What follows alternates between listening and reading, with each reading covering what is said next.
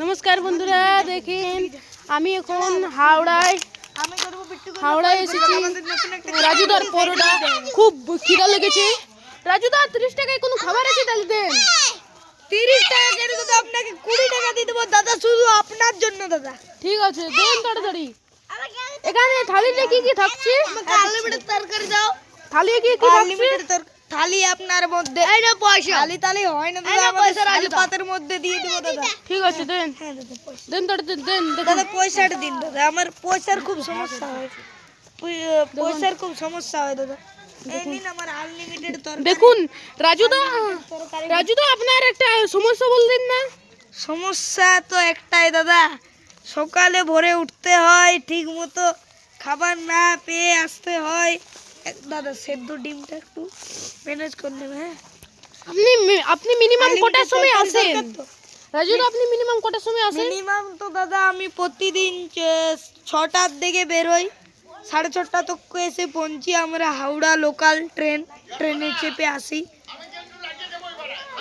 আমরা বেশি দেরি হয় না। হ্যাঁ পরোটা দিদি, পয়সাটা দিন। রাজুদা আমি কতক্ষণ থেকে দাঁড়িয়ে আছি, পরোটা দেন। হ্যাঁ দিদি, এই দাদা দিচ্ছি দাদা,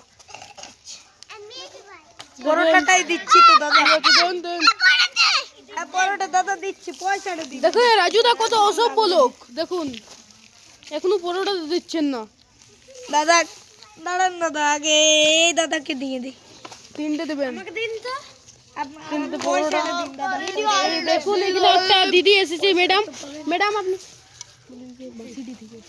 ম্যাডাম আপনি কোথা থেকে এসেছেন?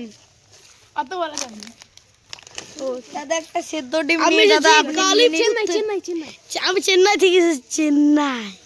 চেন্নাই থেকে দাদা আমাদের এই রাজু আমার পরোটা খেতে এসেছে। ঠিক আছে, দেখুন আমি রাজুদার পরোটা পেয়ে গেছি। দাদা প্লিজ এবার দাদা, খাচ্ছি, দেখুন ডিমটা আমার খুব সুন্দর হয়েছে।